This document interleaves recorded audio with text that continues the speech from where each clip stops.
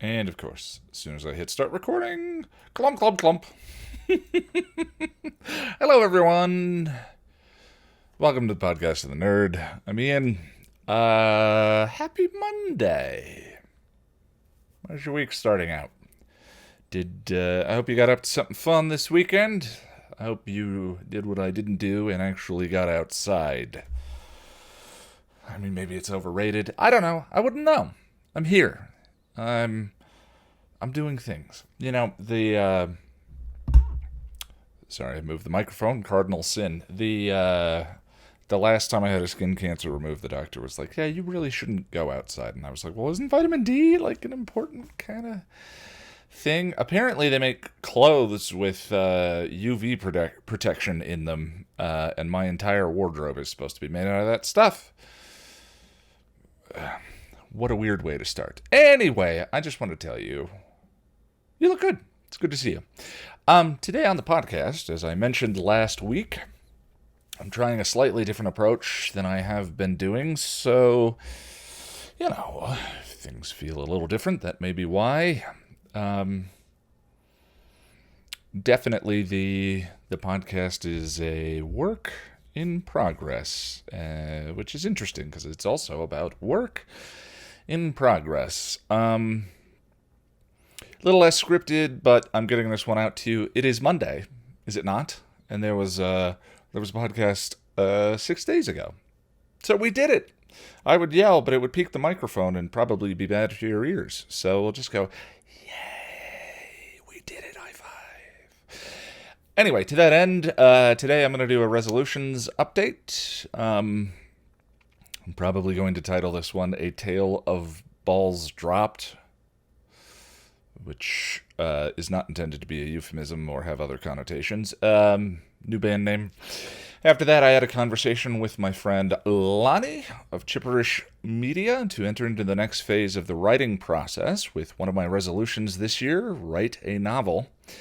Then I'm going to come back to you and share with you today's writing, rough and messy and direly in need of editing though it may be.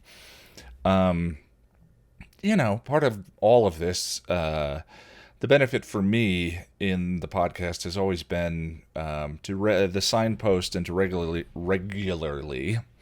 bring myself back to thinking about process and thinking about just getting things done, just doing the next thing. And, I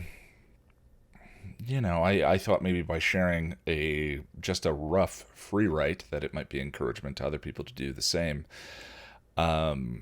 Yeah, and then finally we'll wrap up with chapter 21 of our fanfic reading, Here Is Gone by Terri Botta. I still owe you guys a compilation for chapters 10 or 11 through 20. It might be 11 through 21 now. All right. So, returning to the New Year's resolutions. So, for any of you who haven't listened before, one of the ways I started the year was by saying I love New Year's resolutions. I love the idea of stopping and taking stock of where you're at with goals. I love the idea, like, one of the things I've said is the percentage chance of something being successful has nothing to do with whether or not it's worth trying. And part of this year is, kind of continually going back and starting over and trying again and all of that. And I think I shared my conversation with Ryan with you 2 podcasts ago, where we were going to work on some iambic pentameter for the month and take a photograph a day, and neither of us have gotten started on that. And that's okay. I mean,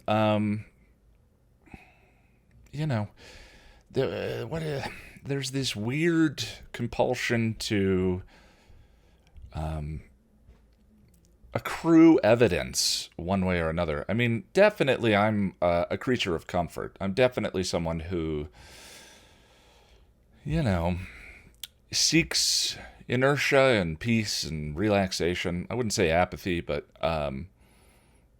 all of that. There's, but it's easy for me to sort of fall in, and then the that's when the the darkness starts to creep in whenever I manage to get there successfully. So things are gonna drop, but the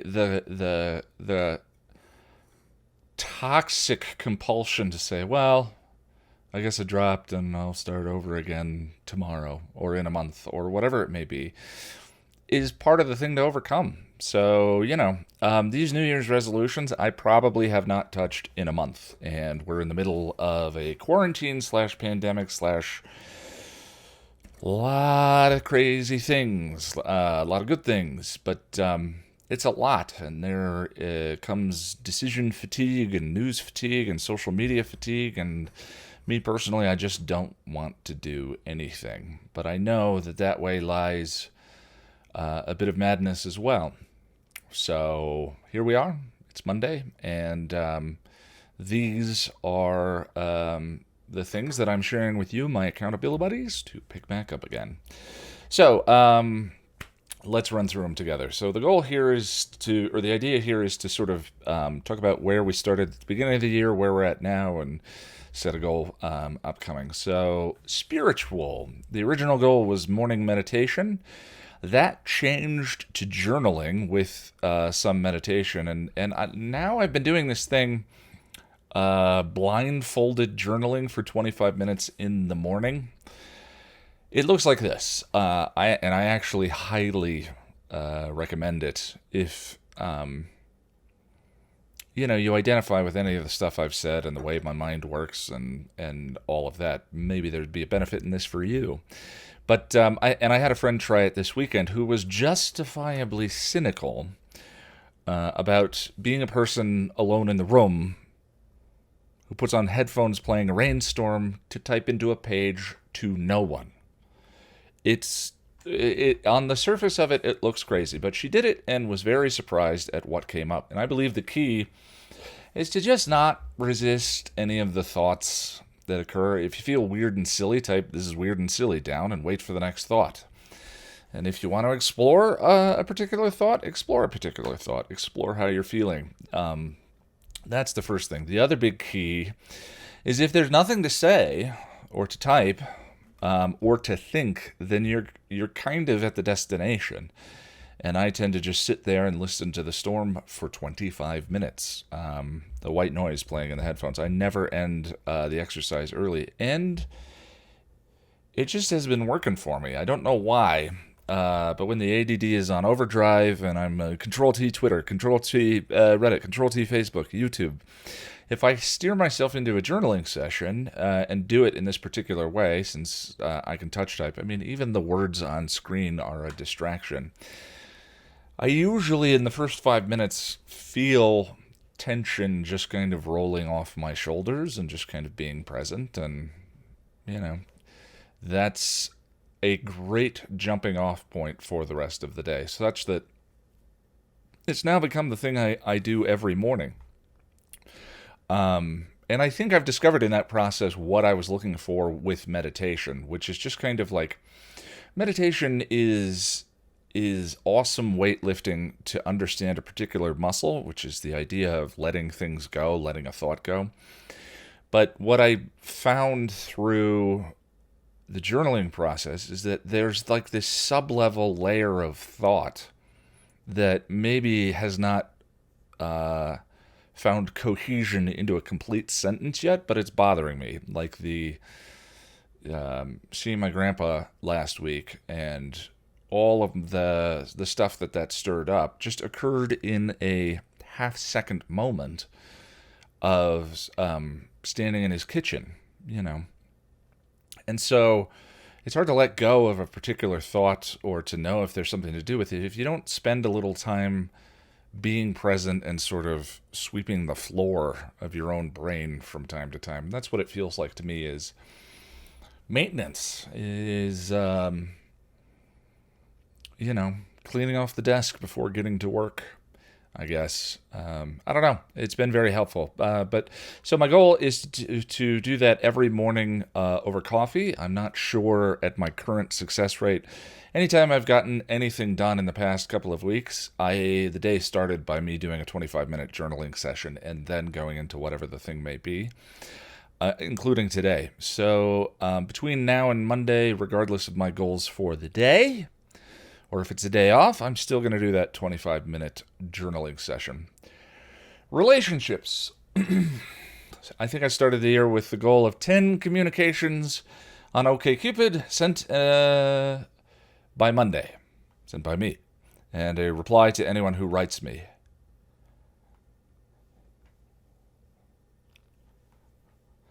I mean, there's a quarantine on. I'm not just gonna presume. That's why that's not. No, that's not why that's not. Okay, yes, obviously this goal exists because hugs are nice. We could all use more hugs. Kissing's pretty cool, and committing yourself to someone else is a daily invitation to get out of your head and support someone you care about, and have someone support you when you're struggling. But I will say that during this quarantine, weirdly, I'm spending more time during the week with friends, yes, the digital versions of them, than I was before the quarantine happened. The movie nights and game nights and cubicle buddy sessions, I explained what that was before.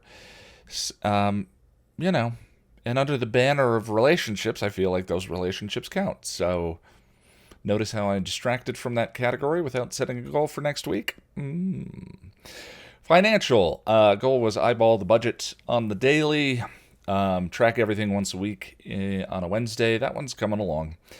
I freely admit, once DoorDash started delivering food again, I kind of slipped a bit with the budget. But the goal of tracking the numbers is staying in focus. Professional. 1 episode every 2 weeks. Keep the podcast weekly. Double. And grow Patreon. I'm unsure of the moment at ways to chip away at these, but obviously I'm not ever stopping trying. Taking 2 days off a week has been very helpful for me, mentally and emotionally.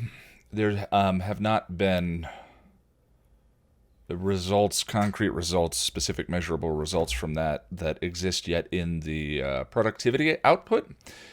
But it hasn't gotten worse, and so if that means that I'm able to take that time and, do the work, do the writing with more enthusiasm and without losing more days, then I still count that as a win. And I will tell you, on the weekends, boy, have I been sleeping.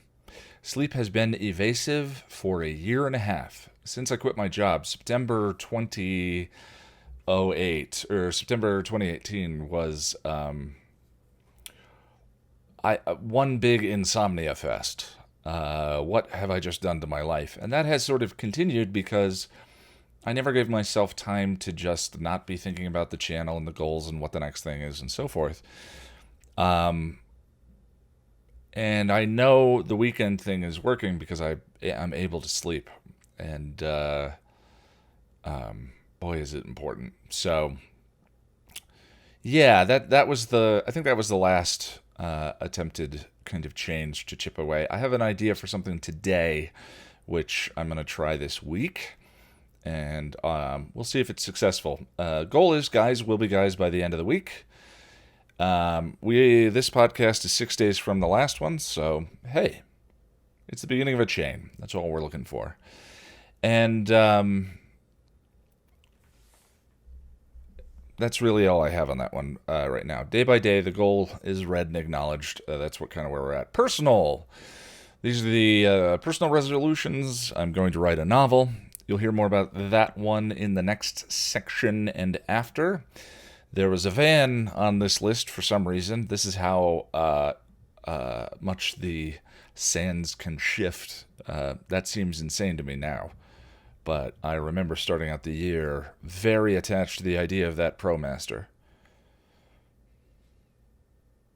Maybe it would be nice. Number 3, dry January and February, in aid of health and wellness. That has now changed too. I have quit drinking. This is month 3 of sobriety, and I think when I set out and when I finally talked to you guys about it, I told you that I knew that the first couple of months for me would be easy, the nature of my problem being what it is. Month 3 is where things would start to get challenging. And they have. It's funny, yesterday or the day before, I was sitting at the dinner table and just smelled a glass of wine and definitely felt a craving for it. Um, and urge for ice cream has gone way up, which is probably compensating for the sugar or lack of the same volume of calories that was in the alcohol I was drinking. There isn't really much to say about it. I'm just kind of taking one day at a time. Hung out with a bunch of friends who were celebrating our birthday this weekend, and everyone was throwing them back. And, I just kind of went to my happy place and interacted and didn't really think about it, actually. For me, the challenges come in other forms. The analysis machine not shutting off, going into overdrive. I've had a couple of friends tell me recently how overthinking I have been, and I just burned my brain out last week, which I think I talked about.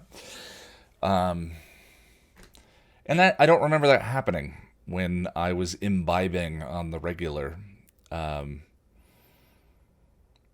There's something about the swampy mental downtime that alcohol might have been giving me, where I just turned off the higher functions for a while and chilled out and relaxed and, was present and felt a little joy and yada yada. That is not there now. And so for me, there's once, if you're a self-medicator, in the form that I have been for a while, once you decide to, stop the medication, you're faced with addressing the issues that were causing you to do that in the first place. One of mine is constant brain churn. So the journaling's a part of that. Taking weekends to actually sleep is a part of that, and need to pick up the exercise. There's my favorite TED Talk is still the first one that was posted on YouTube, and he said something that very much encapsulated me. He said, professors are people that are used to treating their bodies as transports for their heads.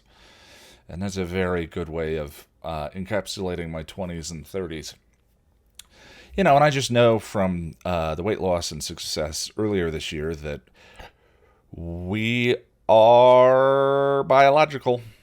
We're made of meat. And if you treat that meat well, it has positive results for your heart and mind, your emotions, all of that. So I need to get back on that train. But the weight loss or the not drinking's fine.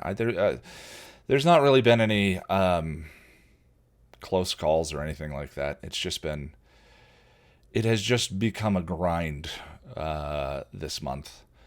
But I think that addressing some of those other things and kind of keeping the focus on the day by day and just finding ways to sort of find some peace and burn up some of the anxiety and all of that will be enough for now, is my guess, the way I feel about the way this is feeling. I don't have a lot of experience with the way this works for other people. I'm not saying that my particular strain of alcoholism is unique.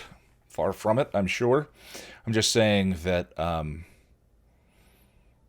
this is all kind of trial and error for me, figuring this out as we go along. So far, so good. There's something about joy that I was trying to touch on last week. The way I felt about, I have a tendency to to grind, and I think that it's not the most efficient space to get to for certain things. Maybe I shouldn't reach for that thought until I have it refined a little bit better. So number 4 in the personal goals was weight loss and fitness challenge. That completed. I lost about 35 pounds since the start of the year. I will tell you the truth because you are my accountability buddy. The last time I weighed myself was after our fitness challenge ended, and I noticed the weight was going up. And I got that, kind of feeling, and haven't weighed myself since. It has been a month. Yeah. And I've been eating ice cream and not exercising.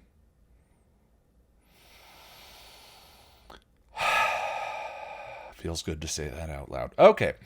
So let's set a goal. Weight loss and fitness challenge. So I've set a goal. I'm going to do some walk and run challenges 3 days this week. Intermittent fasting, and starting tomorrow, I'm going to get back to weighing myself first thing in the morning. It's so funny. It's like it's just like a bank account. You know, if you're bad with your budget the way I have been bad with my budget, what is that impulse like? You buy the thing at 2 in the morning because you can't sleep and you're shopping, and that gives you a little bit of feel good, ooh, a new shiny is coming in the mail. And then you go to sleep, and then you wake up and you're like, what the hell did I just do? I don't know if I can't afford a new tablet or whatever it may be. In my case, it's sometimes a box of Keurig pods. And so you just don't look. Just don't look at it. You just don't budget. Just don't figure it out. It's that weird impulse, I guess, when I was a kid and afraid of the dark. If I hide under the blanket and close my eyes, the monsters will go away. Except your budget doesn't go away, and the weight around my waistline, I've got a savings account going there that's getting bigger is all I'm saying. So, time to have the information. Better to have the information than to not. And lastly, number 5, finish 5 story-driven games and 10 books. My reading habit is totally stalled out. Nothing to do there but get back to a daily time investment. I read for the channel, I read essays, I read nonfiction for the channel, but the goal there was 10 pieces of fiction by the end of the year, and I have been struggling. Just the lack of the habit, I suppose. But, cranking on Justified and Gilmore Girls. I think if I find time for that, I can find time for 30 minutes to an hour a day. But, 10 is looking steep right now. I may have to schedule some read-in days. Do you remember read-ins? Did you have a read-in? I loved read-ins. Read-ins were this thing in elementary school we did. They were some of my favorite days. You bring some bedding and your favorite snacks to school, along with 2 or 3 books, and spend all day lying under your desk with the other students reading. Maybe I can coerce some friends into doing a read-in day with me, and just crank through something. Might be fun. But yeah, reading the Celery Stalks at Midnight and Doctor Who books under my desk when I was in elementary school, and Star Trek books. I read a lot of extended universe things. There were a couple of good Star Trek books. One of Peter David wrote a book called Probe, which was an explanation of where the probe was from Star Trek 4. That was a lot of fun. There were a couple of good Q books. There was a Borg book. I'm nerding out now. 5 story-driven games are done. Once I made the decision to not game stream, I must have been chomping at the bit, and I just tore through the rest.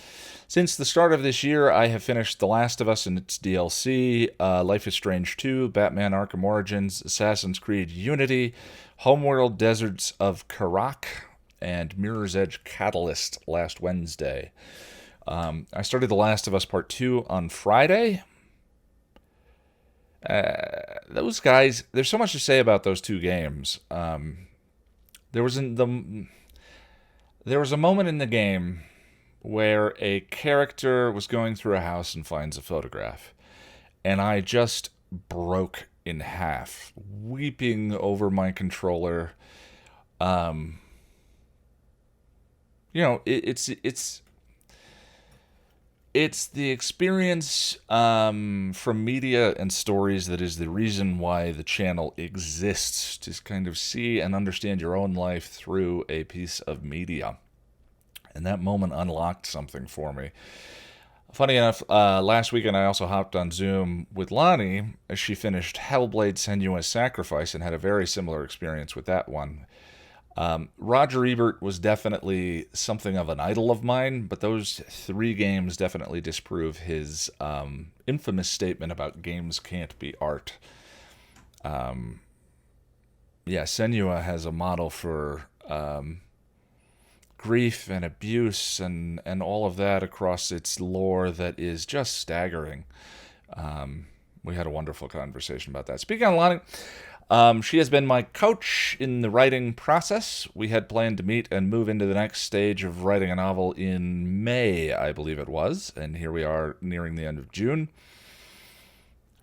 Oh well, it happens. And what's important is to keep the work moving, not to punish. So in this next bit, I talk with her about my successes and failures with the first part of the writing process she laid out in our last conversation. I will link that last conversation in the notes down below. And then we talked about what's next. Then I'm going to come back, talk to you a little bit about my first attempts at drafting, and then wrap up with the fanfic reading. So here we go. Hello, everyone. So here we are with my friend. I don't know why I'm doing accents and stuff. I just have to talk my way into things. That's why I always have a script. I always have a written script for the beginning and the end of everything, because otherwise I walk into it and I'm like, I'm here. I'm doing a weird voice. Exactly. It's always a performative. Like when you walk into a room and you're just like, ta-da, there's always that sense at the beginning of a thing. So that's why on my stuff, I always script ahead of time, but I didn't think about that for you. Well, so. I'm not doing that, and I'm keeping everything that we just did in. So. Oh God. Hello, Lani. Hi, Ian. Hi. So, first of all, I appreciate you doing this. I appreciate your time. Yeah. We chatted in February, I think, or March about, I have this idea for a Booksy Wooksy. God damn it, Ian. And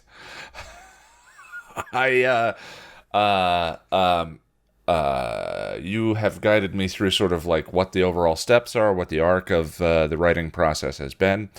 And then we said we were going to meet up quarterly-ish. That would have been in, I believe, June, or rather May. We're in June now, but that's okay. Yeah. We're in a time warp. It's fine. Time has no meaning. Yeah, anymore. Time doesn't work the same way during the apocalypse.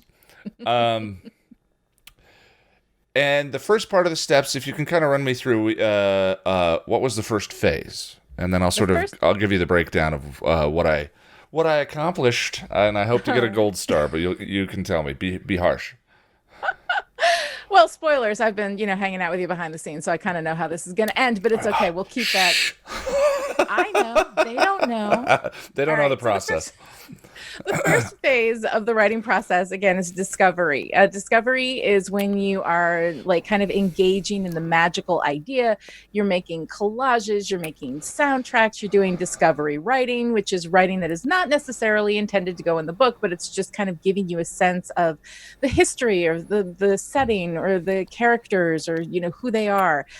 So the discovery phase is kind of this, it's very fun and magical and full of the exciting stuff, but it's also weird and it has no metrics that you can apply to it. It doesn't really feel like working, so you feel like you're kind of just screwing around. Discovery, like different writers feel differently about every phase. Like everybody has a favorite phase of writing between discovery, which is what I just described, drafting when you're just writing the words, and then revision when you go back and fix everything you messed up.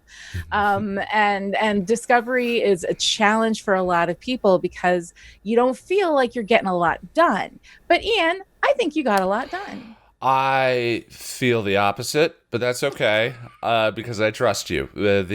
I was very much in that camp of, you know, part of the podcast has been sort of talking about my own productivity and my own systems and the way sort of my mind works. And I discovered that in order for me to accomplish things and move the yard post, I have to make up arbitrary measurements for what moving the yard post actually is.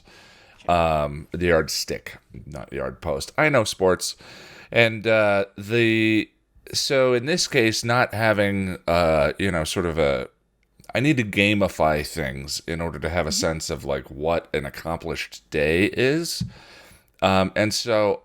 I was checking in with you a lot of, wait, what was the thing? So now what do I do? What's the next little bit? The lack of sort of really concrete structure for what the discovery writing aspect actually was very difficult for me. So I'm going to provide links to everything that we're talking about in the show notes if you guys want to go and take a look at the soundtrack playlist that I made for the book and the story. There's a little bit of Angel. There's a little bit of Outlander. There's a little bit of a bunch of different things in there, and along with the Pinterest board. And there's no real way for me to share the discovery writing, but the soundtrack thing I think was probably the most interesting new aspect of the process for me so far, and we haven't really put it to use yet in the drafting. But I, of course, because I'm sort of following a Romeo and Juliet structure, which is maybe a little bit different than if I were writing something completely from scratch. Sort of, I know the layout of the scenes and kind of generally where everything's going and where my idea skews away from the text. So I went through my list of scenes and put a little S next to any scene that was significant enough to have an emotional moment that might have a soundtrack if I were editing this in Adobe Premiere. And once I started thinking about it and listening to music and thinking about the scenes and the characters that I already feel like I know or am connected with because of the unusual place that this comes from, really got the benefit of it. When I first started video editing, I edited to music. I would edit little music videos. I think it's a great way to get a sense of timing and pace and all of that. And you start to realize that, I realize how much of a weapon music is in the episode guides and the other things that I edit for the channel. Just a little, I've had subscribers tell me that they hear just the first little beats of a piano at the end of a video and they're like, crap. It's going to make me cry again. Yeah. So I know how important and music is instant emotional access. Hopefully the text earns it, but music is instant emotional access. So to me that was really cool, thinking about what a power that is if you're the one writing, to sort of if you're distracted or had a bad day or whatever, to be able to fire up that soundtrack and know instantly the emotional core of the scene or have access to a version of it. Can you tell me about sort of soundtracks that you've used before and sort of how you rely on that tool? Yeah. The thing is, one thing I forgot to ask you about though, and check up on with you, was whether you were charging it. Like every time that you sit and you think about the story in your book, were you listening to the soundtrack? I was when I was going through different scenes, or for me, it's specific, just sort of broadly listening. You told me to avoid using tracks that I was too familiar with from other stuff. I didn't listen to you completely. That's okay. That's okay. Like I said, there's some Angel. It's one little trick, but you can break that association if you need to. You just have to do more work to do that. Yeah. Like I said, there's some Angel on here. Cordy meets Fred. There's a track from Arrival. There's a very bizarre scene in my story that's a departure from the realism of the story, and there's when they see the UFOs in Arrival, I'm so struck Yeah. by how bizarre the sound is that he created that I thought it would make a great Yeah. touchstone for mine. But honestly, I haven't spent as much time thinking about the book and maybe this is just a product of the times that we're in right now. I haven't spent as much time thinking about the book as I would What else normally. are you thinking about, Ian? Yeah, What's going on? exactly. What's happening? With let alone all the other things. So, yeah, so I haven't yet, and of course, us having this conversation was for me sort of the point of moving into drafting, where I might use it a little Yes. bit more often. Yeah. So the next thing that I went to was the collage. And can you kind of give me the rules or the idea? What was your guiding information for that? Well, the idea of the collage is that you are building up sort of a visual sense of the story. Now, for me, because I'm not a visual thinker, that's always a huge challenge for me. I resist, I resist, I resist. I don't wanna, right, when it comes to collaging. And then it always ends up being incredibly helpful for me. Other people may have a different experience. If they're more naturally visual, it may not be such a resistance or such a help for them. But it's basically you just take like placeholder actors or people, pictures that give you the feel of like your story, like a picture of an actor in which they are evoking the character that you've got for them, right? And some people will have like 5 or 6 different actors for and make an amalgam of that for like one character. I tend to be one actor per character. I need that focus, you know. But so you pull those together, pages for your characters, your setting, a visual representation of like the mood and the tone sometimes, especially during the drafting process when you're just running through this thing, like your tone can shift around a little bit, so having like music and visuals that sort of anchor you in the tone that you want can be helpful. So there are a lot of things with that. Now one of the easiest and simplest ways is just build a Pinterest board, and it is completely effective. You go like from that extreme all the way to building a step temple out of foam core, you know, which has also happened to a project that I was a part of, thanks to the wonderful Jennifer Cruzy. I didn't do it; she built it. But anywhere in there, like, you know, making a scrapbook, sticking a bunch of pictures on a corkboard on the wall. Yeah. I've had a shelf where I had a shelf for one where I went out and I went to the dollar store and I just bought items that were reminiscent of like my character and their setting and where they were. I put those physically on the shelf. There's all manner of ways that you can do that kind of collage. So that's basically the essence of it. And there's a magic to it, I think, that even I don't really understand. Yeah. There's the visual sense, there's all these things, but there's something about not even necessarily the having it or it being available or looking at it, but curating it. There's something in the curating of it that has a very powerful effect for me, and a lot of writers I've worked with have also, you know, had the same thing. So how was the collage experience for you? I would say it's definitely the step that I put off the longest. And I'm not a very crafty person. He says, meaning the double entendre, of course, but I'm not a very glue and magazines and that's where I go to with the word collage. I get cold sweats and I think about the various cuts on my fingers that I'm going to get from the scissors. But so when you talked about the Pinterest board, it was another area that I sort of. I mean, you were really there for all of the steps of like, okay, Ian, it's okay, don't panic, just here's what we do, and you showed me a couple of Pinterest boards of yours, and it was the idea of maybe sort of rotating it from.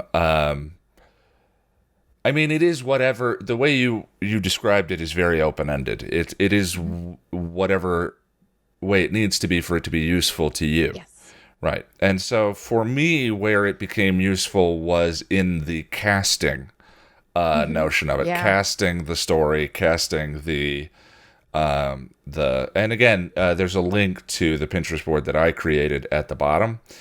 But the sort of reaching out for the personalities that some of these actors have played in different parts, unlocked aspects of character to me in my head where I was like, oh, yeah, she is kind of snarky. That is, Beth is sort of a Kristen Bell from The Good Place kind of character, and one of the characters, of course, for those who didn't listen to our original discussion, my idea for this is gender swapped Romeo and Juliet staged in high school in modern times with a very sort of Buffy kind of feel to it, and then a weird random departure in the middle of it. And one of the characters is the Mercutio character. To me, I was locked on Xander. I could not get Nicholas Brendan out of my head in all of the scenes as the guy, and through the casting exercise and just kind of going around and thinking about who he might be other than that, it unlocked other possibilities for that character, I think, which may have been limited in the writing process to a Nicholas Brendan type. Right. Which, we've talked about stealing versus borrowing versus whatever, and it's like, I wouldn't have been opposed to that, but to have more possibilities in the writing is, to me, the benefit of this exercise. And also, when you write, do you have a proxy in your stories? Do you consider that there's a version like a placeholder actor? Is there a version of you in a lot of your stories? Oh, I don't, not deliberately, but yeah. I mean, I think that it's always like every character is always some part of you. And I think that's honestly part of, and this is, a different discussion altogether, but why villains and antagonists are so much fun to write, because they kind of allow you access to the parts of you that are not very polite. And sometimes that can be really fun and freeing to be able to write someone who is not constrained by like human decency or whatever. I mean, sometimes I'm not saying I don't want to be a decent human. I'm saying no, I get it.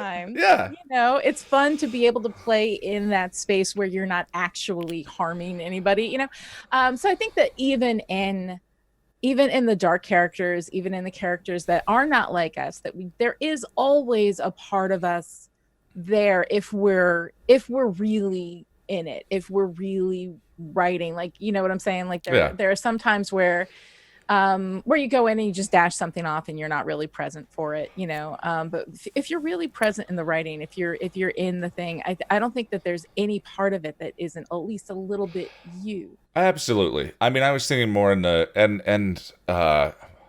it's impossible to say his name now in any sort of normal conversation, but Woody Allen is infamous for writing himself, writing a character version of himself. I can't remember what the name of that. Oh, so you're talking about like a direct. But a direct, yeah. Direct, this is me, and I don't know. Have you not done that? I don't think so. I generally like to, I live with me like every day.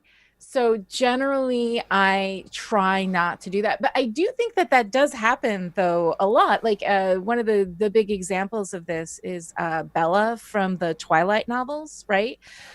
Stephanie Meyer. Yeah. Stephanie Meyer, that Bella is such a cipher. I mean, she's basically nothing. She has one personality trait, and it's that she falls down on occasion. Like there's nothing about her that would prevent the writer or the reader seeing themselves in that, in that character. Like you can just it's sort of like self-insertion, and whether Stephanie Meyer, I don't know Stephanie Meyer, whether she wrote that with that intention of making it super easy for anybody reading it to feel like they are Bella, because Bella is nothing.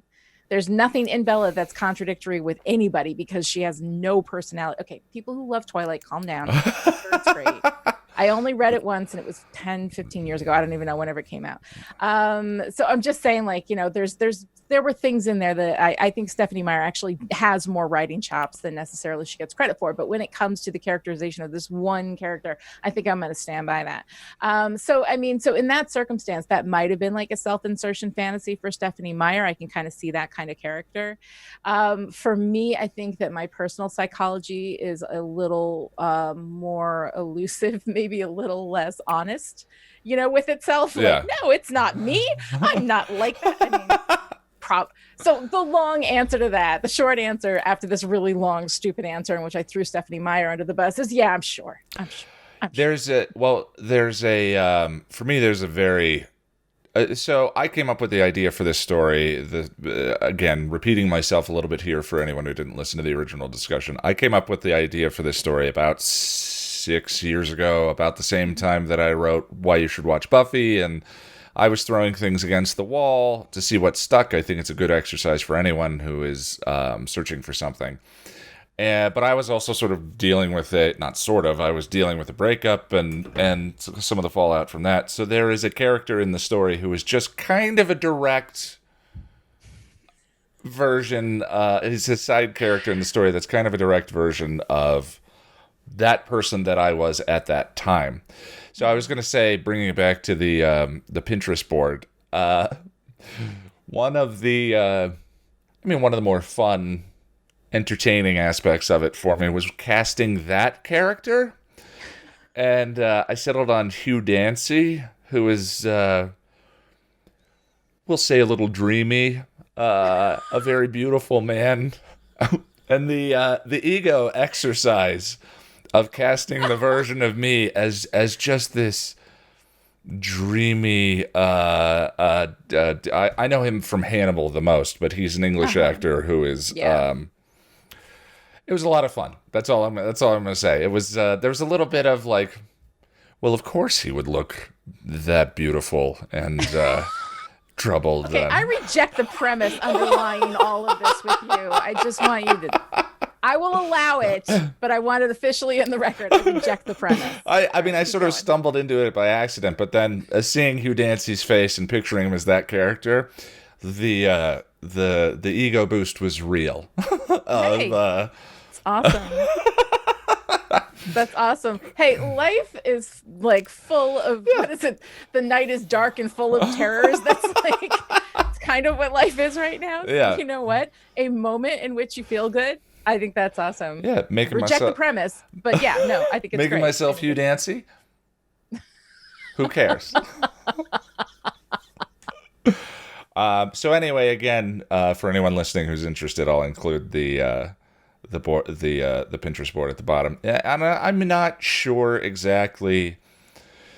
The novel itself is not what this podcast is about. This is more one of the New Year's resolutions that I came up with for this year that has sort of been driving our conversation the entire year. So I'm not sure how much you guys listening are interested in me telling you about the process of discussing it. But the or as I go, rather than in our check-ins as we do. But so that the other thing that I did was I cast there's a supernatural character in the story, the sort of warlock that created this situation that drives the narrative. And then it was interesting to look at artistic renderings and creations for him rather than doing kind of casting a specific actor or character that I think opened something up about that. And then just casting the scenes. But I mean, it's a school and a mall. Did they still have malls? Was that an artifact of when we were kids? They don't have many more, man. They're all gone now. Yeah. What do the kids do, Lani? Help me out. I'm a little lost. I know what the middle-aged ladies do. They get drunk and watch Hugh Dancy. That's what. That's coincidentally that's what the middle-aged men do. Well, I'll figure that part out. Yeah. Okay. No malls. No food courts. Oh.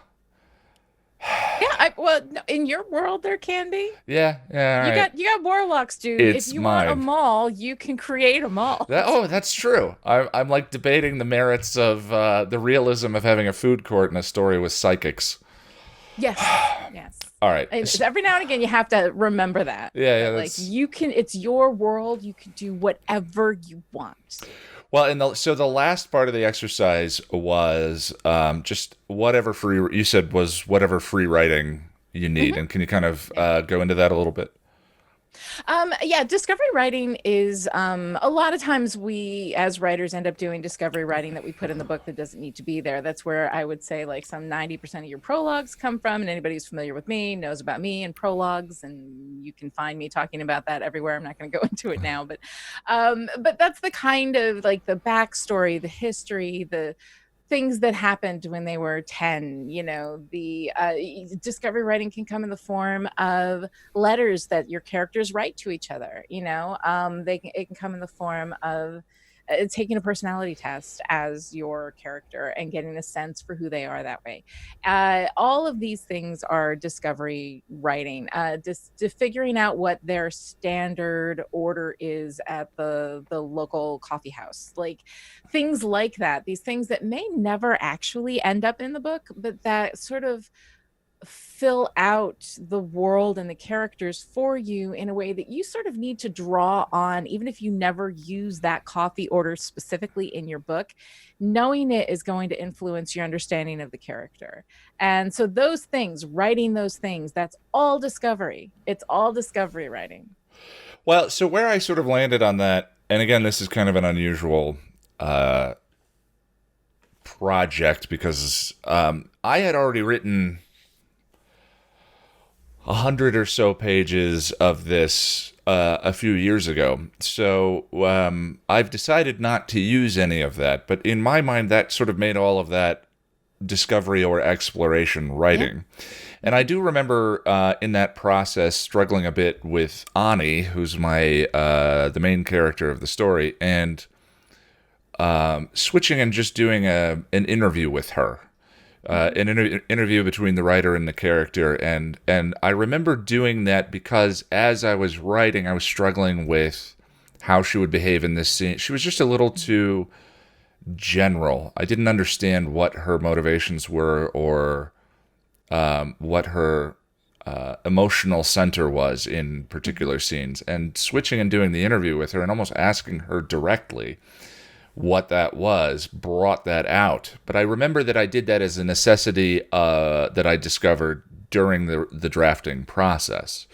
And I just kind of feel like because there's such a specific idea in mind here already, that'll be, for me, where that most emerges is necessity during the drafting process was where I ended up. So, but I'm going to redo everything from scratch. But I do have all of that sort of reference material, and there was stuff in that process that I was going back and reading as we were doing this and thinking,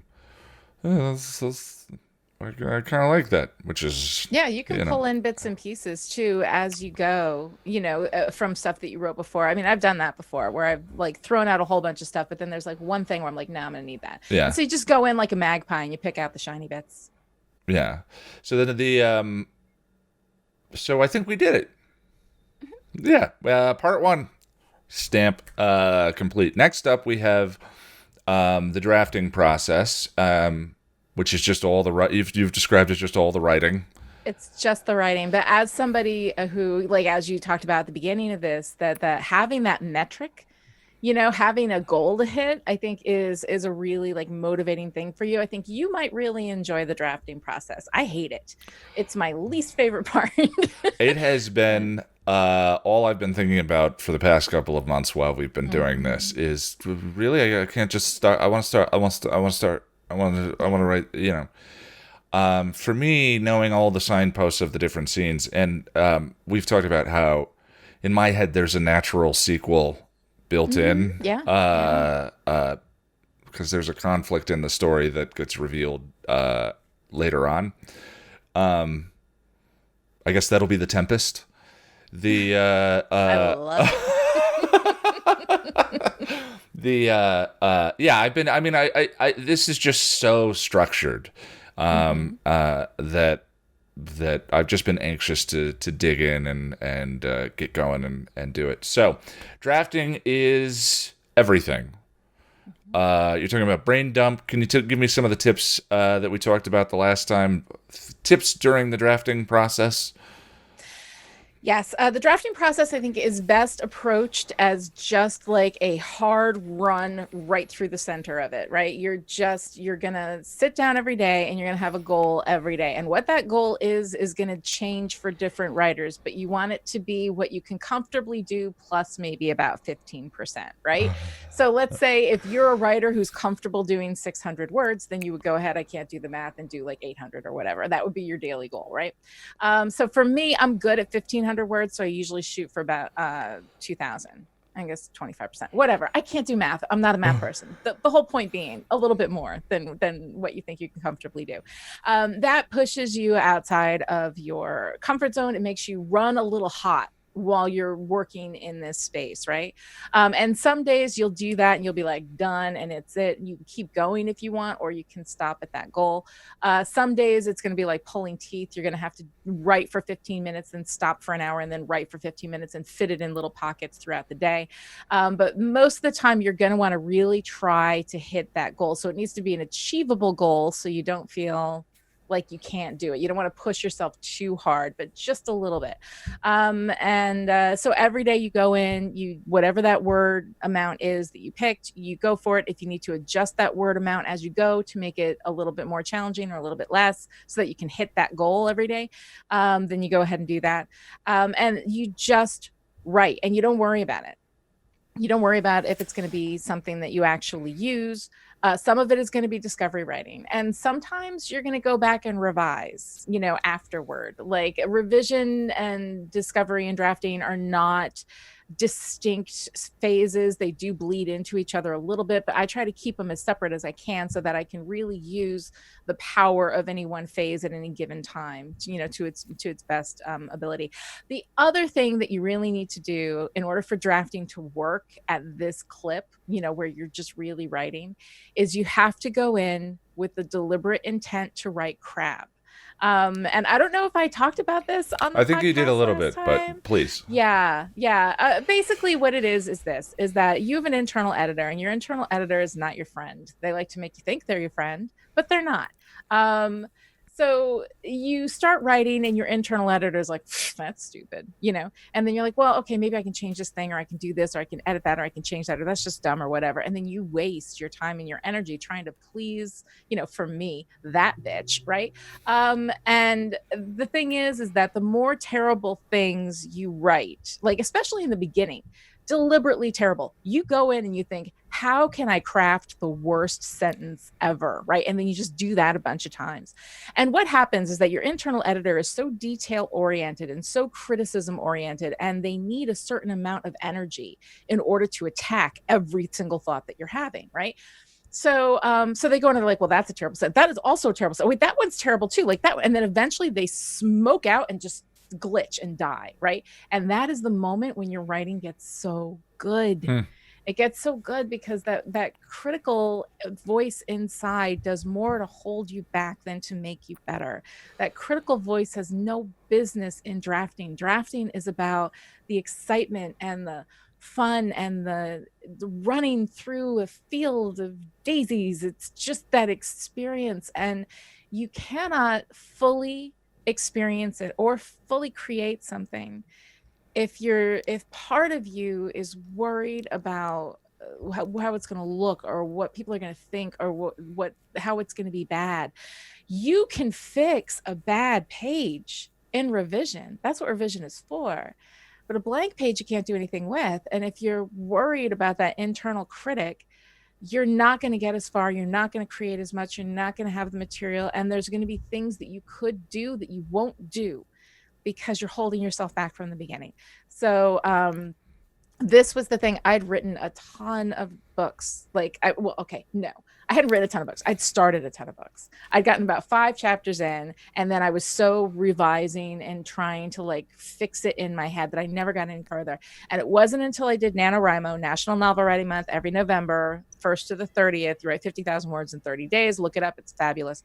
I went there and they said, write crap. And I wrote crap. And that is how I have finished every book since. I don't think I would have ever finished a novel if I hadn't done that. And I think that some of the best things I've written have been a result of directly going in and trying to write crap, because it just opens you up creatively. Yeah. So that is, I think, the best, most powerful piece of writing advice I've ever given anybody ever. And I credit NaNoWriMo with giving it to me. And Chris Beatty, who is he's the founder of NaNoWriMo. He has a couple of books that he's written about the process. I highly recommend them.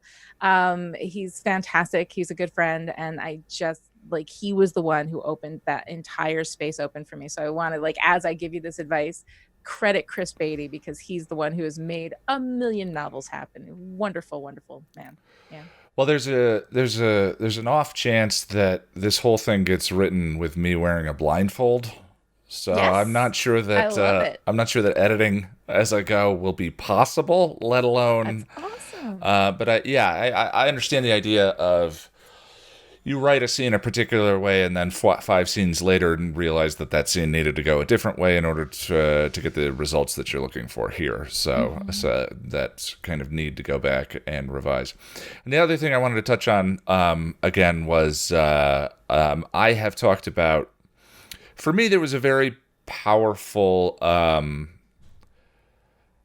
It was a very powerful thing to start to learn to understand the difference between when I was seeking a critique versus when I was seeking validation. And I think that anytime you pick up a new instrument, when I first started making videos for the channel, I would send the videos to friends and. You start doing community theater. You invite your family for the friends to the community theater, and I think that's a natural impulse. It's a healthy impulse. I mean, it's one thing that we look for in friends and family is support for creative endeavors. But there are certain members of my family that are not good at providing validation. They only provide critiques. And I didn't realize that what I was seeking was a pat on the back, not a, well, this scene could be better, and why don't you fix the editing here and the audio here, and so on and so forth. And, this project may not be a complete departure from the channel. One's a tuba and this is a trumpet, but I still know how to read sheet music, so there's some relationship between the two of them. But I definitely could see... a day of writing a particular scene and be like, hey, that wasn't so bad. I want to share that with someone. Can you kind of talk about, you touched on this before again, but I feel like a refresher. Your suggestions for that impulse of, is this good? Somebody to pat me on the back, go ahead. Yes. It's fabulous. 100% support that. It's this idea called "What's your favorite part?" which my daughter Sarah, when she was 12, would give me and Aunt Jen, her writing, and then Aunt Jen and I, who were brutal. We wrote a book together, and that either one of us survived. The third party in writing that book just watched us, the blood shed, and we could not believe it. We loved it, right? We're brutal. And so for us, the brutality was an expression of our love and respect. Like, if you were good, we would rip you to shreds, and that would mean we thought you were good enough. It was very, very That's very bad. Fight But anyway, Club. It was tough. So anyway, my lovely daughter, Sarah, right? We were living with Aunt Jen at the time. And she comes in with this story that she wrote at 12 years old and says, hey, can you read this for me and let me know what you think? And so Jen and I, with the way that we express our love, right? Our love language is, well, this is wrong and that's broken and da-da-da-da, right? To a 12-year-old, right? And didn't this kid just look at me and say, no, I want to know, what's your favorite part? And in that moment, the skies opened for me, and I was like, yes, this is why Aunt Jen and I can't write a book between the two of us because we're constantly critiquing it in the process. Like, Yeah. so it is not only legitimate, but absolutely recommended that when you have something of which you are proud or which was even fun to write and you're not sure if it's good, to send it to somebody while you're in the drafting process. While you're in the drafting process, not only is it good to send it to somebody and say, hey, I just want to know what's your favorite part. No criticism, right? I forbid criticism during the drafting process. Sure. The same reason why you have to shut down your inner critic by throwing a whole bunch of really, really bad stuff at them to shut them down. You need to shut down like other people's critical voices. It is completely legitimate for that 12-year-old in us to say, I just want to know what your favorite part is. Because what that does is it notifies you of what your strengths are. And working with the momentum of your strength is what gets you through the horrifying, terrible, no good drafting process, which sucks, right? So it gives you the energy to get through it and to be like, oh, this is what I'm doing well. Let me do more of that. Let me think about that. And it ends up giving you stronger material to work with that you can work with during your revision process. We don't like to we're fishing for compliments or whatever, because it feels false. It feels like, well, if I'm telling somebody, that they can only tell me good things, then they're just going to lie to me. And the fact is, that's not what's your favorite part is. Yeah. No matter what something is, there's going to be a favorite part. There's going to be something that when you respond to it, you feel like, yeah, that's my best. And I do this actually in every podcast I do. I end every discussion with what's your favorite part? What out of this did you love the most? Did you enjoy the most? Did you think was the best? And because I have a tendency, as I've discussed, to being like highly critical and self-critical to a fault. Always keeping what's your favorite part at the center of my work, at the center of the way that I approach life, has been so beneficial to me. And it took a 12-year-old to teach me that, and No, to I this love day, it. I still am so grateful for that because I think it's one of the most beneficial things. So long story short, which I did not do, I made long story longer. Yes, absolutely. Only what's your favorite part during drafting. You can save how does it suck for revision. Yeah. And I mean, just to sort of follow up on that, I believe that that fishing for a compliment kind of gets a bad rap. If any of the people in my friendship circle are feeling like they need a compliment, just tell me. You're so good looking. I'll be right there, man. If you need that, that's love. That's what that's for. And I love that shirt on you. You look real cute today. Thank you. I appreciate it. It's so, yeah, exactly. Why on earth is that a negative thing? For me, the power of the distinction is even today, I mean, much less so than when I started the channel, because I'm confident, more confident in in what I do and what I do well. But even today, I'll send a version of the script to someone, and I'll say, and I'll know when I send that version if I'm looking for a critique or if I'm looking for validation. And in my head, I know who those people are. But the thing is, for anyone listening, making anything is so hard. It's so difficult to create stuff, to get stuff done, to write, to paint, to build a chair, to do any of that. Whatever you need to do in order to get through that damn process to the point of this thing is done and I made it, it should not be penalized, or you should not demonize yourself. It's just, to me, the value is distinguishing between that impulse so you know what you're wandering into. Because if you're looking for validation and you get a harsh critique instead, it can be supremely disempowering, and you don't want to risk your fuel for the process to anyone. And I say that speaking as someone who now has created 200 videos on the channel or whatever, is even today, finding the motivation and the gas to get it done is a tough process, and it needs to be treated with care, but that includes not self-sabotaging yourself by, not reaching out and looking for support when you need it. Yeah, so, absolutely. All right. Well, so next up is the drafting process. We're going to go from there. I'm probably going to Mhm. start some of that immediately after our conversation. Yeah. And then once that's all wrapped up, the goal is about 3 months. Mhm. And you and I are going to meet back up and have a conversation about how A it revision. went. And yes, you're being very generous with your time. I appreciate it. Oh, of course. Where can people follow and hear more of you? Yes, you can find me at chipperish.com for anybody interested in writing. I have a podcast there called How Story Works, and all of my knowledge is kind of packed in there too. So it's basically what I teach in my college course about storytelling. So you can pick all that up there and get much, much more into the nitty gritty details. You think I went long on this? You should hear me on those. All right. Well, I appreciate it. Thank you so much, Lani. You bet. All right. So I've had 2 days of drafting so far. I'm trying to do a half hour a day. Now, of course, bear in mind, I haven't written a piece of fiction for 7 years. And the first day, it was not long after Lani and I recorded that bit that you just saw. I started writing the first sentence and got stuck. It was on the second word. I was looking for the perfect word. I stared at the page for a good 5 minutes and just kind of spiraled. And noticed the absurdity of that. And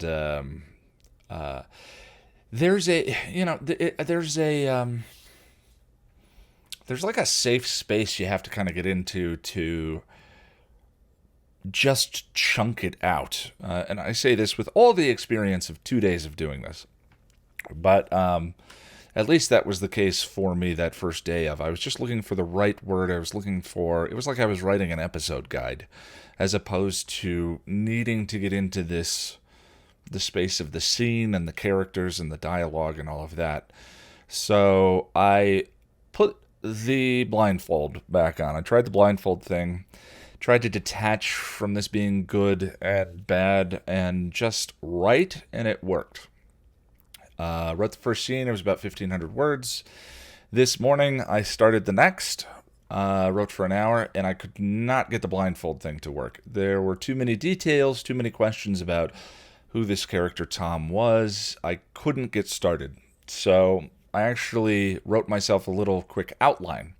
Characters in the scene, objective of the scene, what is the scene establishing, what does the scene move forward, what is its purpose, and sort of things undecided, a space for questions to myself, things I need to be thinking about moving on. So, after all of that, here is the mostly unedited first draft of that scene. This is the scene with Thomas Hopkins. Now, again, I make no. This is well. Lani would say I was self-editing there or apologizing in advance. You've heard the discussion. Here we go. My idea here is to just lay this out, flubs, mistakes, pretentiousness, weak bits, and hopefully some good stuff. And then tomorrow ignore this scene and move on to the next. And Lani told me to tell you that you're only allowed to tell me your favorite part. And she's coming after anyone who doesn't, or anyone who says anything else. I'm flexible, but just putting that out there. All right.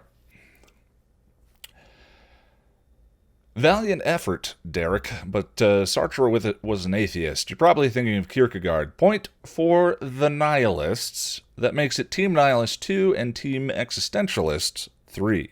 The nihilists need this next question in order to tie the game, or the existentialists win it. Tom Hopkins tapped the last blue index card against the podium dramatically and waved it back and forth at the two groups of teenagers who, despite themselves, were mostly now all bobbing up and down with anticipation. And the last question: what was the color of the tie I was wearing the first day of class? The bobbing stopped. The students turned and looked at each other in confusion. Tom had to suppress his delight, anchoring the corners of his mouth to prevent them from curling up into a smile. Dad would have loved this. One of the students leaned forward and tapped the bell on the table in front of her group. Yes, Beth, Team Existentialist. Blue? Wrong. Question goes to Team Nihilist for a chance to tie. The Nihilists mumbled to each other for a moment before one of them rang the bell. You don't have to ring the bell, Bryce. Your team is the only one speaking, but go ahead. Red? Bryce responded, scratching the top of his head. Oh, I'm sorry. The answer is key tie. I was wearing a key tie the first day of class, so there was no actual answer to the question, but black or white might have gotten you a partial point depending on the mood I was in. But that isn't fair, moaned Bryce. Thank you, Bryce, for making the irony of the question self-evident. Take your seat, everyone. 10 minutes to go, so we return to pretending that grades and structure and the expectations of the culture you were randomly born into mean something. Tom walked down the aisles with a pile of quizzes, depositing one in front of each student as he went. As you know, the district requires that Beacon High provide evidence that the money it gives us be going to a good end. And the school requires that I provide evidence that my salary is being spent in a way that gets them more money. Some of your teachers, eyes on your own quiz, Emily, some of your teachers need to justify their careers, but I just like a good sandwich from time to time. As you know, these daily quizzes are 20% of your grade. When you're done, drop it on my desk and leave the room. Silently. I'm looking at you, Ryan. Tom Hopkins returned to his chair at the front of the room. It was a long walk, longer than he would have liked. He had felt something physical happen with the last quiz he handed out to the quiet girl in the back row with the blonde dye job and slightly foreign name. German, was it? Kafka? He'd have to spend some time with the seating chart again. But it wasn't Kafka that was the problem. She was fine. It was that he was done. The last quiz of the day, the last paper. He had provided everything that his salary required of him. Shaken something shiny in front of the students to keep them interested in names like Sartre and Kant. Given out something to grade. Nothing to do now but pile everything into his backpack. Walk out to the Black Festiva in the end row and drive home to nothing. Even now, he could feel that big empty out there, someplace, waiting for him. All that nothing in his apartment, all the dead. Indeed, the last quiz handed to Kafka was like a cascading wave, wiping away the structure of the day he had built up, the smiles to the kids, the notes in the grade book, the teacher's edition he'd read 50 times. He was good at being this Tom. This Tom was a favorite sweater he'd been slipping into for years now. Warm and inviting, he knew every stitch and every hole. The Tom that lived at home now was just nothing. And he could feel that nothing spreading through him like an infection every day, stealing from him the quiet moments he used to cherish, stealing from him the will, stealing. Tom closed his eyes and took a deep breath. He'd had enough of his own head, even for 10 minutes, and felt the tethers to his mind snap and let go.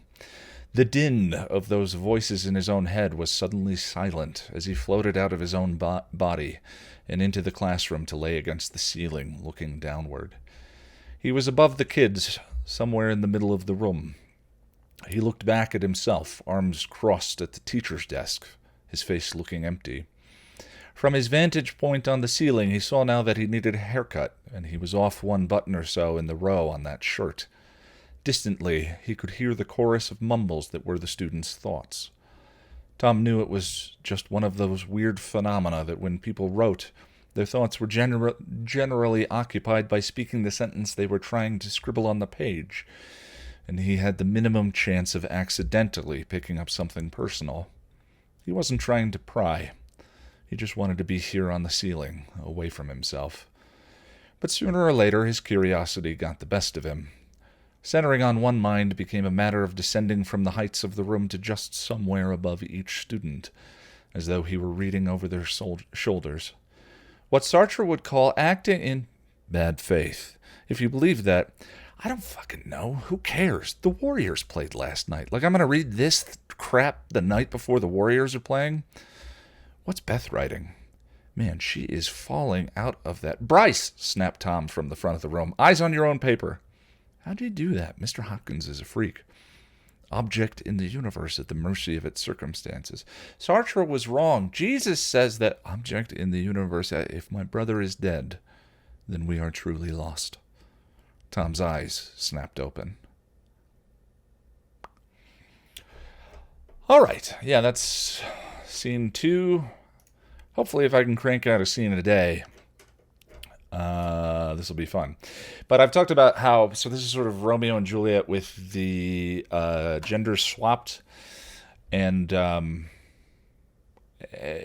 there's obviously a heavy Buffy influence in this. Earshot uses the trope from, I love I put Tin Man, the Next Generation episode, in my Earshot review.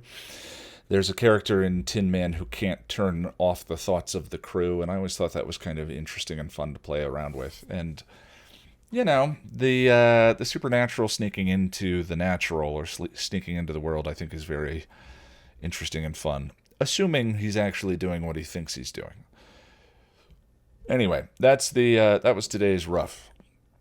Let's switch over now. This week, we have the Patreon Hangout on Saturday. The stream will start at 4:30 p.m. We'll be discussing the Yoko Factor and Primeval. I said I was going to put that one up for a vote. I didn't. But I think what I'm going to do is the Yoko Factor and Primeval, then we're going to do 2 episodes of Angel, and then we'll do 2 weekends in a row where we do the finale of each weekend. Yeah, and then probably take a month after that before the group goes into Buffy Season 5, Angel Season 2. The group is going to pass me and where I am on the channel. Should be an interesting thing. That's this Saturday. Then I'm going to take 2 days off, and we'll be back with you guys for the next podcast on Tuesday. And I'm hoping to have will be guys done by the end of that weekend. Don't try and track my math there. Okay. Before I get into the fan fiction, I just want to let you know I'm at Ian Nittram on Twitter and youtube.com/passionofthenerd. If you'd like to support the channel and keep me flush with Viking terror and post-apocalyptic survivor games, you can do so at patreon.com/passionofthenerd. With the $5 and up club, you can join me in the hangout this weekend to talk about the Yoko Factor and Primeval. Or you can help out by grabbing yourself something at passionofthenerd.com/store. And last but not least, if you're an Amazon Prime member, you may not realize it, but you can support me for free by using your monthly subscription at Amazon Prime, at twitch.tv/thepassionofthenerd. However, I don't do much streaming, so if you're someone who uses Twitter and follows other... if you're someone who uses Twitch, got my wires crossed there, and follows other Twitch types, please use your subscription on them. That's what it's actually for. Okay, let's do some fanfic. We're here for Here Is Gone. Chapter number 21. All right.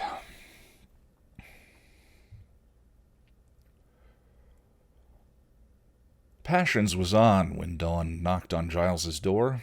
Spike recognized her scent before he even answered and gave the teen a smile as he swung the door open. Hello, Bit. Hang on a second. Did we read this last week? We did indeed. Chapter 22. I forgot I did 2 chapters last week. Apologies. I'm sure some of you were shouting at into your headphones trying to tell me chapter 22. It's chapter 22. And I still owe you a compilation video. 11 through 22 probably will do now. All right. Once more with feeling.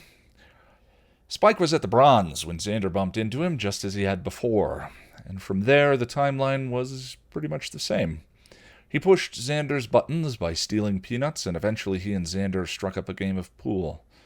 He listened to Xander bemoan his situation with Anya and Willow, knowing full well that Olaf would be coming in any minute.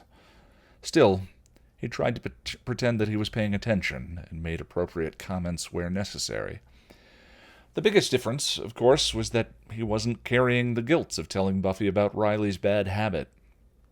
In this timeline, Giles had broken the news to the Slayer, and he had not had to bear the brunt of Buffy's ire. This, in and of itself, was a relief. He hated having Buffy angry at him, because an angry Slayer was a violent Slayer, much more apt to break his nose than listen to him. In this timeline, he might have more of a chance of actually talking to her. It would also be the first time since the beating that he would see her, and he knew that she was carrying at least some guilt and remorse over her behavior. They get in these fights, and then they're both looking at me like I'm a referee. Also, sometimes I'll say something about Anya, and Willow will get this look. This, what the hell do you see in her look, Xander was saying as they played pool. Spike nodded sympathetically. I know that look. A lot of people never really got Drew, you know. Well, she was insane, he commented offhandedly, ignoring Spike's irritated glance. And then it's like I get all torn, because Willow's my best friend, and I really value her opinion. But Anya's my girlfriend, you know. Nothing like split loyalties. I know all about that, Spike said with a sigh. This caught Xander's attention. What do you mean? Spike shrugged. The whole Catholic thing with Angelus and Drew. Odom as my family. Didn't want to turn against Drew, but they're going to destroy the world, you know. I had to do something. Truce with Slayer seemed like the right thing to do. How was I to know Drew would never forgive me? Buffy told me how you helped her. Even if you were only doing it for selfish reasons, I don't know if she could have beaten them both if you hadn't taken care of Drusilla. You really helped. Spike was taken aback. Harris, are you thanking me? Xander made another shot. Don't ever tell anyone, or you are so dust. Spike smirked, feeling something bloom in his chest. My lips are sealed forever, whelp. Just then he was bumped from behind, and he knew immediately who it was. Showtime. Hey, watch it, mate, he groused, turning to see the troll. Second, do whatever you like. Ale, the troll yelled happily, grabbing a keg from a hand truck. Yes, fragrant ale. I've been trapped for many centuries, and along with my taste of freedom, I would appreciate the taste of a fine grain-based beverage. He tucked his hammer into its holder, raised the keg with one hand, and bit into it, draining it while Spike and Xander watched. So, I think I should run and get Buffy, Xander whispered. Spike shrugged as Olaf threw the empty keg to the ground. Barmaid, fetch me a stronger ale and some succulent babies to eat, the troll ordered. I'm going to go get Buffy, Xander said, then turned to Spike. Or you could fight him. Spike sized up the troll. Yeah, I could do that if I had a death wish. Xander moved to head for the exit, but before he could take a single step, the troll noticed them. You there! Do you know where there are babies? He asked. Spike decided that he liked teasing Xander and turned on him as he had before, a mischievous glint in his eye. What do you think? Hospital, maybe? The comment worked, and Xander bristled. What? Shut up! Spike smiled to himself. Gotta get my kicks in somehow. Listen, Xander was saying to the troll. I find myself very hungry, and when I'm hungry, I get short of patience. Hey, we can take care of hungry. How about you just sit down on one of the sturdier chairs, and we can talk calmly and have some food. Can it be babies? I don't have any information about that. Apparently Google thought that I was talking to her. Sorry about that. Can it be I don't understand. Cancel. Can it be babies? The troll asked hopefully. Well, not so much, but maybe roast pigs and stags and much hearty grog. They have this onion thing, Spike offered helpfully. You cannot appease me. Do not try, the troll yelled, and then turned to the bar and grabbed another keg. More ale! Spike and Xander backed away from the distracted troll and ran into Willow and Anya, who had just entered. Willow was carrying a book. Your work, Red, Spike said innocently. While the young witch was tongue-tied, Anya noticed Xander. Xander, you shouldn't be here. There's a troll, she exclaimed. Big guy, hammer. Think I noticed him. I wish Buffy was here, Willow bemoaned as the troll drank another keg. Just then Buffy and Tara entered and came running over. I'm here, said Buffy, restless. I wish for $1 million, Willow said, surprised at Buffy's timely appearance. Then Xander saw the look. Just checking. Tara immediately hugged Willow. I'm so glad you're okay. What's going on? Buffy demanded. Where'd he come from? Knowing she hadn't seen him yet, he stepped forward tentatively, face slightly down as to not display the bruises too much. Hello, Buffy, he said carefully. She saw him, and her jaw dropped. Then her face filled with shame, and she looked away. Spike, I was here when he showed up. Easily ticked off. Likes beer. Could put something in a keg, maybe. Knock him out, he suggested. Shocked that he was trying to be helpful, she raised her eyes to stare at him. That seems like a good idea, she stammered. Yeah. He looked at her, his vision condensing until she was the only thing that existed. Her Joyce is doing well, Niblet told me, he said suddenly, not wanting to lose her attention. A smile cracked her face and she beamed. Yeah, she's doing great. We're really happy.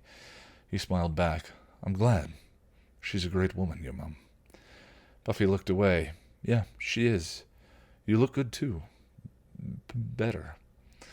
She looked back up, and he saw the thin line of tears in her eyes. Yeah, well, I gotta, She pointed a thumb at Olaf. Troll. He nodded and leaned close. Get his hammer. All his power's in his hammer. Buffy's eyes opened wide. Oh. He looked around at the people who seemed oblivious to the danger they were in. You want to try and clear the place out. Less chance of someone getting hurt. That would be very helpful, she stammered, still shocked. He nodded, forming a plan in his head. Listen, trolls are testy buggers. He gave a nod towards Willow, who was flipping through her spellbook. If Red's fixin' to do some mojo, best take it outside. He gets pissed off and starts swinging that hammer, he could bring the whole place down. Buffy's gaze followed his to all the people in the club, and she got the I'm the Slayer and this is my job look on her face. Spike smiled because he loved to see her work. She was glorious to him. Right, good idea. You work on clearing these people out of here. I'll get big and drinky outside. Given his marching orders, he left Buffy to deal with Olaf and set on emptying the club. The first thing he did was pull the fire alarm, but amazingly, that only cleared a third of the crowd. This was, after all, Sunnydale. So he jumped onto the stage, unplugged the sound system, and grabbed a wireless mic that was still turned on. Oi! People, this is not a drill. Clear out now, he ordered. They stared stupidly at him. What are you all of you seriously stoned? There's a bloody alarm going off. Find the nearest exit and bugger off. They still stared, not comprehending at all.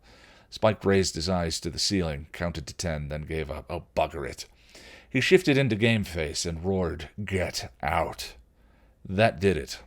The residents of Sunnydale might be too daft to pay any attention to a fire alarm, but give them a bloodthirsty killer, and they reacted. Screams echoed off the club walls, and the crowd made a mass stampede for the exits. The scent of fear gave him a head rush, and he grinned, still in demon face. Yeah, that's it, you blighters. I'm the big bad. Run, you sods. Get out of here. He gave a few more growls for good measure as the last of the patrons ran squealing out, then took stock of his work. The place was empty. Buffy and the Scoobies were gone, so was the troll, and the club was intact. He grinned, realizing he had averted disaster that had closed down the club, raised the prices, and axed the blooming onion. Not bad for a day's work. Still in game face, he sauntered up to the deserted bar, walked behind it, and perused the selection of liquor. He knew that his job was done for the day. Buffy and Red would send Olaf packing off to Troll's Paradise and get the hammer in trade. Xander would get beat up, but at least it wasn't him for once, and the whelp wouldn't be too badly damaged. All would end well, and for his part in the whole thing, he deserved a beer. Pete's Wicked Ale. Didn't know they had this. Wankers keep it hidden. He snagged a bottle, opened it with his teeth, and took a deep swig, pulling it back. He shook off his demon. Nothing like a fang to get in the way of a good beer. He was just finishing his third when Giles came staggering in, holding what was left of a statue. Seeing the look on the watcher's face, he pulled another beer from behind the bar and slammed it on the counter. Giles came over and sat on a stool. Back early, Roops. You didn't tell me it was quite that bad, Giles said, stunned even as he reached for the beer. Spike shrugged. Tried to warn you. But hey, look, I saved the bloomin' onion. Giles gave a disinterested glance at the empty club. Well, yes, bully for you. He took a swig of the beer Spike had given him and shook his head. God, this is hard. Why do you think I spent most of my time drunk, Roops? It's either that or go stark raving mad. Yes, well, I would argue that it might be too late for that, the Watcher commented. Spike shrugged and raised his bottle. So Buffy beats the troll. Spike nodded. Yep, with Red's help. They get the hammer, Olaf gets shipped off to Troll's Paradise, and all is well in Sunnyhell for another week. Giles was still dazed. How very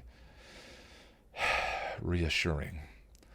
Spike looked away and took another drink. That's all we can hope for, Watcher. So meet and greet with the Council of Wankers any good? They are sending a team here to evaluate the situation. Told you they would. Yes. However, knowing that and reconciling it are two entirely different things. How do you think I feel? The words seemed to shake Giles out of his stupor, and he cocked his head. Yes, I do wonder sometimes. Giles reached into his pocket and pulled out a handful of fine sand, and then threw it on Spike, shouting, Illuminati! What? Oi, Rupert! What'd you do that for? Spike yelled, brushing off the sand angrily. Oh, and you even got it in my beer, you wanker. He looked over at Giles, who was staring at him dumbfounded. What? He demanded. You have a soul, came the monotone answer. Well, duh! I told you I had a soul. Yes, but I didn't believe you. I was convinced you had found a way to lie even under the truth spell, because if what you told me is true, then...